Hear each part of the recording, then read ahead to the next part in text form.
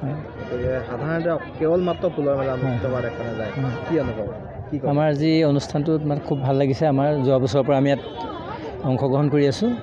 আমাৰ নাৰ্চাৰীয়ে ইয়াতে মানুহৰ সমাগম বেছি আৰু আমাৰ ইয়াৰ স্থানীয় বিধায়ক মৃণাল শইকীয়াদেৱে যিটো তৎপৰতাত ইয়াত নিজেই এটা ভাল পদক্ষেপ লৈ আমাৰ অনুষ্ঠানটো এটা সাফল্যমণ্ডিত কৰিছে।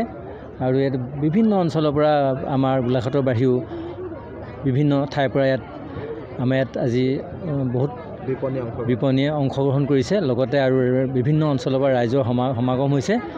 অনুষ্ঠানটি আমাৰ এই অঞ্চলৰ মই ভাবোঁ আৰ্থিক বা তেনেকুৱা দিশত এটা নতুন পদক্ষেপ গ্ৰহণ কৰিছে।